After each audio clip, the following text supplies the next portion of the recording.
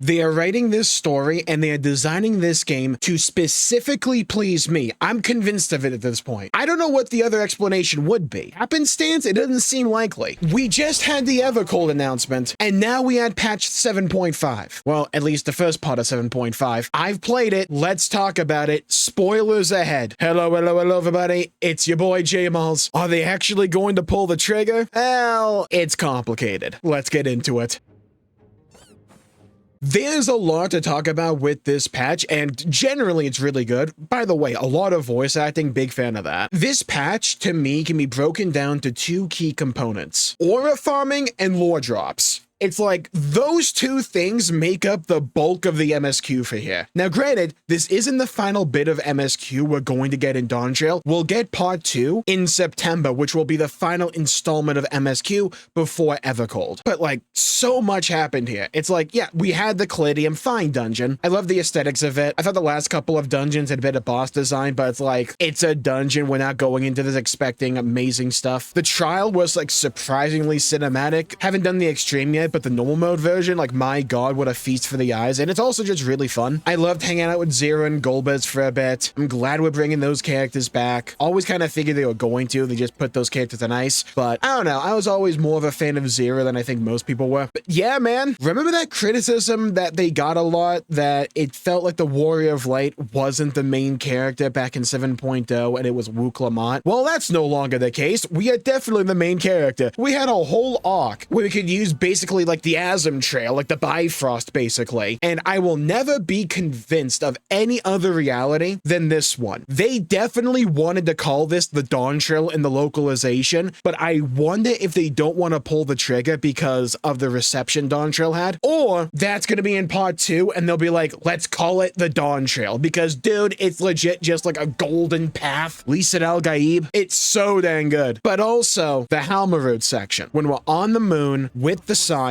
and she just drops out of the sky Zenos' scythe. There's a lot of reactions to this. Some of them are mine. The more I think on it, and I rewatched this cutscene a few different times because, well, I was kind of troubleshooting my OBS. You see, I kept getting like encoding overload issues with OBS for Final Fantasy XIV because the GPU utilization spikes in certain scenes, and it happened during this scene. I came to realize I think a bulk of my issues were like DLSS being weirdly more intensive than FSR for not much more visual gain, like if any. And I also swapped it from borderless window to full screen so I can make the resolution not 4K like my monitor and just make it 1440p, and I think that solved it. But besides that, right? Besides that, let's get to the feast for the eyes, the Zenos scythe. Are they bringing Zenos back? I'm not convinced they're going to bring him back fully as a character. What I am definitely sure of, though, is the narrative framing going forward. They want to draw a parallel between the current Warrior of Light right now in a post-Highland Zodiac world in this Godless Realm saga. They want a parallel between the Warrior of Light now with the Zenos back then in Endwalk and Shadowbringers. They are not particularly subtle about this. I mean, Halmarud basically just says it, where it's like, if we continue to walk the path we're walking down and choose to act in a way that is what we want to do, are we no different to Zenos, who led the world and like all of Golemul to ruin for his own ambition? If we don't have an actual plan to save everything, we're just going to doom everyone to die, all for our own ambition. That's the parallel they're gonna go for here, and I'm a big fan of that. As a big Zenos fan, right? I'm a massive fan of that. I think that is such a really cool narrative framing,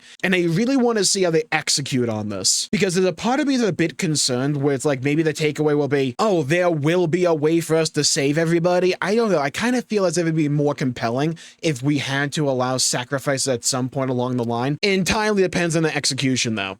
But, I mean, you have the framing from the Evercold trailer with the parallel between the Warrior of Light media from the trailer with how Zenos posed in the Endwalker cinematic. I talked about that before. There's another one of those moments at the very end of part 1 for the MSQ, and it's like especially clear, especially if you play Reaper, which is what I'm doing right now. They are definitely trying to establish that parallel between us and Zenos. I'm not convinced it's going to mean that Zenos comes back. I mean, if we're agenda posting, right, I'm going to like lean into that. Like, if we're talking about strictly from an analytical perspective, though, are they going to bring Zenos back as a character? I wouldn't be opposed to it. It entirely, again, depends on the execution. Many people back when they brought him back at the end of like the Stormblood patches or throughout the Stormblood patches were against him, you know, being back in the story. There were people that didn't like him in Shadowbringers as an Endwalker and said his story already ended with Stormblood. We don't need to bring him back. And then the story they did with him ended up being one of my favorites in the entire game. It entirely depends for me on execution and if there's an actual compelling story they want to tell. There is a part of me that really wants it to be a way to replace my Void Scent on Reaper with Zenos. I think that would be really dang cool. Don't know how they would do that. Maybe with the animation toggles we'll get in Evercold, but besides that, I think it's still way too early to tell if they're actually going to bring him back as a character. Now, when it comes to the overall execution of the MSQ this go around, I think it was very high quality. Cinematography was really good, like a lot of great camera shots. The lore was compelling, even during the slight slow bits that were there. I think it was still really good overall. Like I said before as well, and I noticed this on Twitter, I didn't really notice it in the immediate moment. My God, there's a lot of voice acting in this patch. And if this is like representative of what's going to happen in the future with how they execute on the MSQ for like part 2 and when we get to Evercold, if there's just going to be way more voice acting going forward, massive fan of that. I'm also just a really big fan of what they're doing with like Halmarode and Calyx right now. They are like genuinely really compelling characters, and I think they're really setting up an interesting moral quandary, essentially a glorified trolley problem, where Halmarode, Calyx, and the Winterers are approaching this whole situation from the perspective of, hey, what we're going to do is going to kill a lot of people, but we'll be able to save some people in comparison to if we just do nothing, everyone's going to die when we get to the solstice, when all the worlds rejoin into this blank slate, devoid of life. You could say they are retreading basically on what they already did with the Ascians, where the Ascians also want to rejoin the shards, and that's what Halmarode, Calyx, and the Winterers are trying to do as well. You could approach it from that perspective.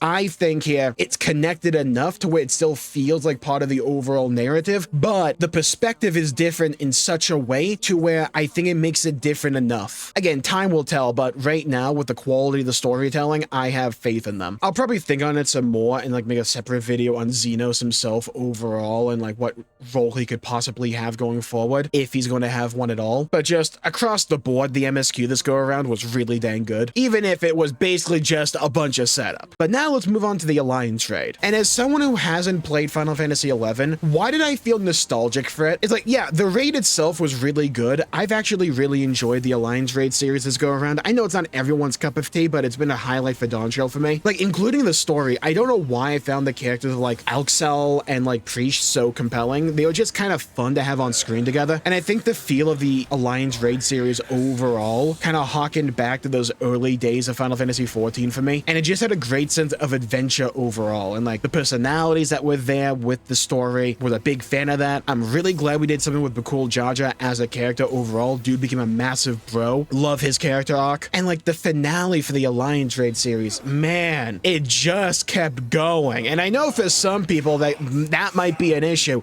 but for me, it's like, I'm such a sucker for that sappy stuff. It worked. And again, I have no context for Final Fantasy XI. It was just a really warm finale. And you know what? I'm kind of glad they told this story. And it really does kind of affirm an opinion I've had for a while. I really hope at some point they just merge the subs for Final Fantasy XIV and Final Fantasy XI. I think if they did that, way more people would be willing to go out and try Final Fantasy XI, especially if 14 enters a period of like little content for a bit, which, I mean, come on, look at 2026's schedule, right? But yeah, for me, Nier Automata is my favorite game of all time. Nier Automata's, and just Nier overall. You can argue Draken Nier, really, if you want to. Like, that entire Alliance raid series back in Shadowbringers is probably my favorite. This one's probably also up there for me, though.